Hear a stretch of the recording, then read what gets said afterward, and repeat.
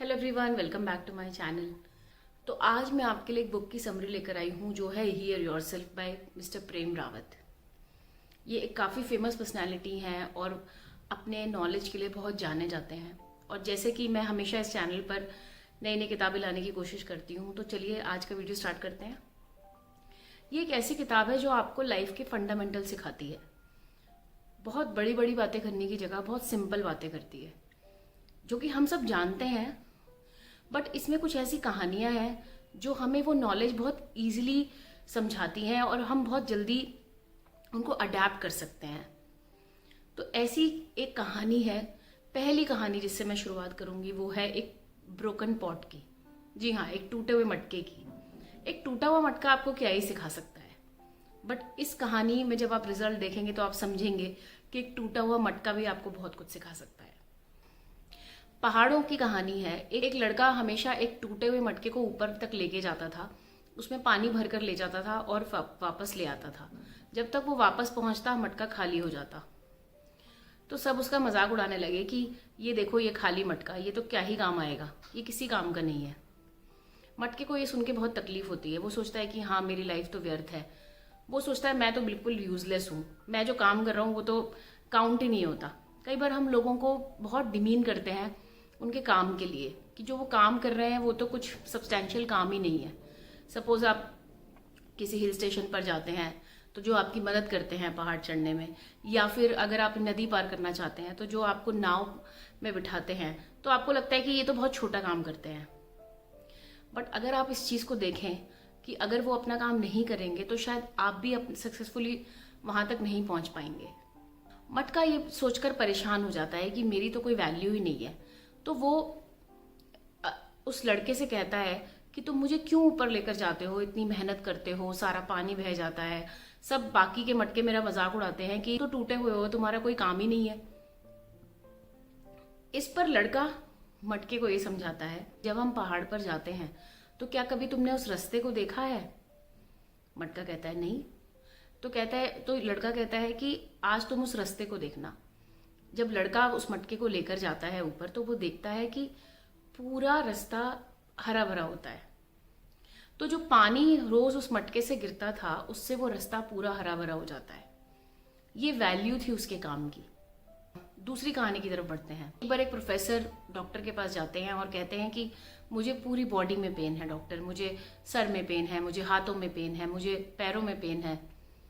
Doctor उनकी बात ध्यान से सुनते हैं और फिर उन्हें ये कहते हैं कि पेन आपकी पूरी बॉडी में नहीं, आपकी फिंगर में है। जिस फिंगर से आप उस पेन को फील कर रहे हैं, उसी फिंगर में पेन है। ये हमें बताता है कि हमारे चीजों को देखने के नजरिए में प्रॉब्लम है। हमारी पूरी लाइफ प्रॉब्लम से भरी नहीं है। तो अगर हम ये नजरिया बदल लें तो हमारी लाइफ डेफिनेटली इजी हो जाएगी। सारी प्रॉब्लम्स खत्म नहीं होंगी, पर बहुत इजी हो जाएगा उनके साथ डील करना। इसमें उन्होंने एक महाभारत की कहानी भी बताई है। द्रौपदी वेदव्यास जी के पास गई और उन्होंने कहा कि वेदव्यास जी, आप मुझे मेरे भविष्य के बारे में बताइए। वेदव्यास जी ने कहा कि तुम्हारी वजह से कई लोगों का खून बहेगा और बहुत बड़ी लड़ाई होगी। द्रौपदी ये सुनकर बहुत बुरा महसूस करती है और वो कहती है कि कुछ ऐसा बताइए कि ये सब ना हो। तो वेदव्यास जी उन्हें 3 चीजें करने को कहते हैं। पहली, कि कभी किसी का अपमान मत करना। तो ये जो स्टोरीज हैं ये हमें कनेक्ट करती हैं अपने आप से।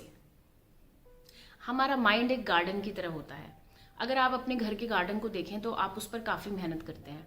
आप जो खराब पौधे होते हैं उनको साइड करते हैं, आप उसकी सफाई रखते हैं, आप उसको बहुत अच्छे से सींचते हैं।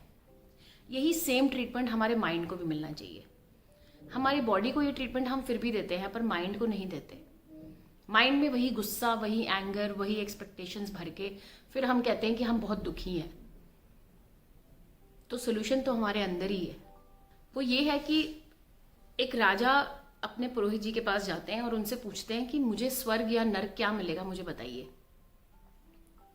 इस पर पुरोहित जी मुस्कुराते हैं और बोलते हैं कि को अभी बता सकता हूं कि आप स्वर्ग में हैं या नर्क में हैं। तो राजा हैरान हो जाते हैं, सोचते हैं कि नर्क और स्वर्ग तो मृत्यु के बाद मिलता है, तो अभी कैसे मुझे पुरोहित जी बताएंगे स्वर्ग या नर्क है। इस पर पुरोहित जी मुस्कुराते हैं और कहते हैं कि इस वक्त आप स्वर्ग में हैं। राजा ये सुनकर बहुत ही ज़्यादा उत्साहित हो जाते हैं और उनसे पूछने लगते हैं कि बताइए मैं कैसे स्वर्ग में हूँ, बताइए मैं कैसे स्वर्ग में हूँ। पुरोहित जी कोई आंसर नहीं देते। इस बात पर राजा चिढ़ जाते हैं। वो बहुत देर तक उनसे पूछते रहते हैं पर वो नहीं बताते।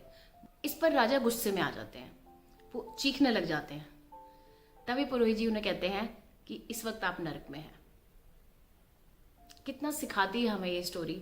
जब हम गुस्से में होते हैं, जब हम चिंता कर रहे होते हैं, वही हमारा नर्क है।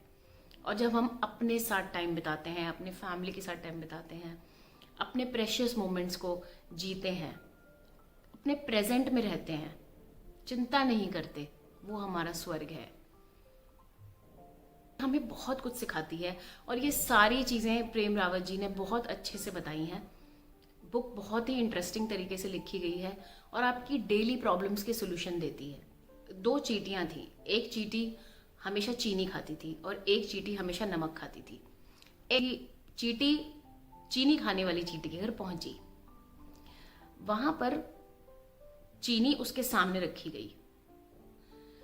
उसने चीनी को खाया और कहा कि ये तो बिल्कुल नमक जैसी लग रही है। इस पर जो चींटी चीनी खाती थी वो मुस्कुराने लगी और उसने कहा कि पहले तुम अपने मुंह से वो नमक तो निकालो जो तुम लेकर आई हो।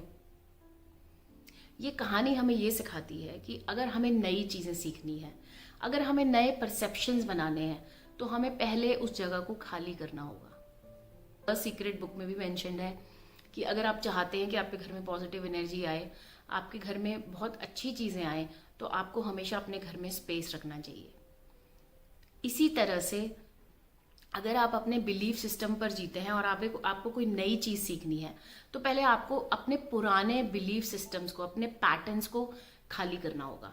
कुछ भी हो सकता है, वो आपका एक स्ट्रांग बिलीफ हो सकता है कि मैं हमेशा परेशान ही रहती हूँ। ये एक बहुत स्ट्रांग बिलीफ है। अगर आप इसको चेंज करना चाहते हैं तो पहले आपको अपने आप को कन्विंस करना होगा कि आप एक नए पैटर्न के लिए रेडी हैं, एक नई सोच के लिए रेडी हैं। तभी वो नया पैटर्न आप तक आएगा और आपकी लाइफ का पार्ट बन जाएगा। बहुत आजकल एक वर्ड बहुत फेमस है, FOMO, fear of missing out, जो कि हमें सोशल मीडिया ने दिया है। जब भी हमें कोई नई चीज पता नहीं होती तो हमें फोमो होने लगता है, हमें एंग्जाइटी होने लगती है कि हमें ही नहीं पता। और ये एक बीमारी है, ये एक प्रॉब्लम है जिसके बारे में हमें सोचना चाहिए। कुछ कंट्रीज में तो ऐसे लेजी ट्रैक्स बनाए जा रहे हैं जहां पर लोग चलते हुए अपने मोबाइल पर काम कर सके। तो इतना ज्यादा डिपेंडेंट है हम सोशल मीडिया पर। उन्होंने बात की है कि आप अपने हार्ट से लाइफ को चलाते हैं या आप अपने माइंड से अपनी लाइफ को चलाते हैं। क्या है आपकी लाइफ में प्रोमिनेंट? आप अपने दिल की सुनते हैं या आप अपने मन की सुनते हैं? आप अगर छोटे बच्चों को देखेंगे तो वो हमेशा मस्त रहते हैं, प्रेजेंट में जीते हैं। अगर आप उन्हें डांट भी देते हैं तो बहुत जल्दी आपको माफ कर देते हैं। वो आपके पास वापस उसी एनर्जी के साथ आते हैं। तो हमारे अंदर ये जो चाइल्ड लाइक एबिलिटी है, इसको हमें कभी खत्म नहीं करना चाहिए।